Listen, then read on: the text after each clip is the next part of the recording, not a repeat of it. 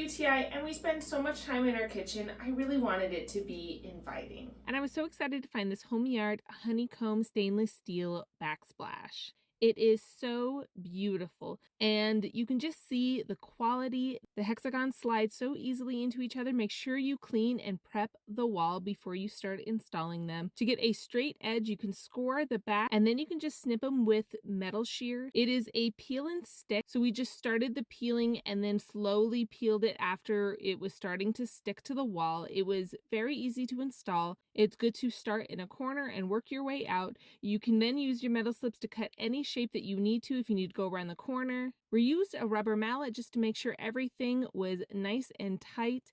And just look at the before and after. What a difference. I just love the look, how it just looks like beautiful shiny coins all over my wall. Everything looks so good with how we've decorated our kitchen and really makes my kitchen sparkle now. It's great from when I'm cooking or preparing anything. If there's any oil or splattering, cooking can be a very messy job.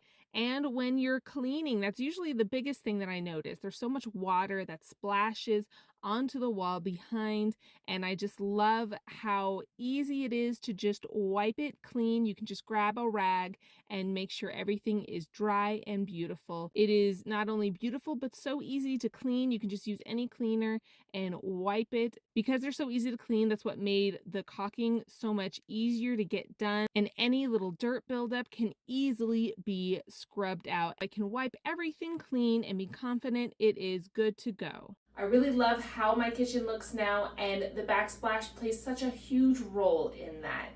And that's my point of view.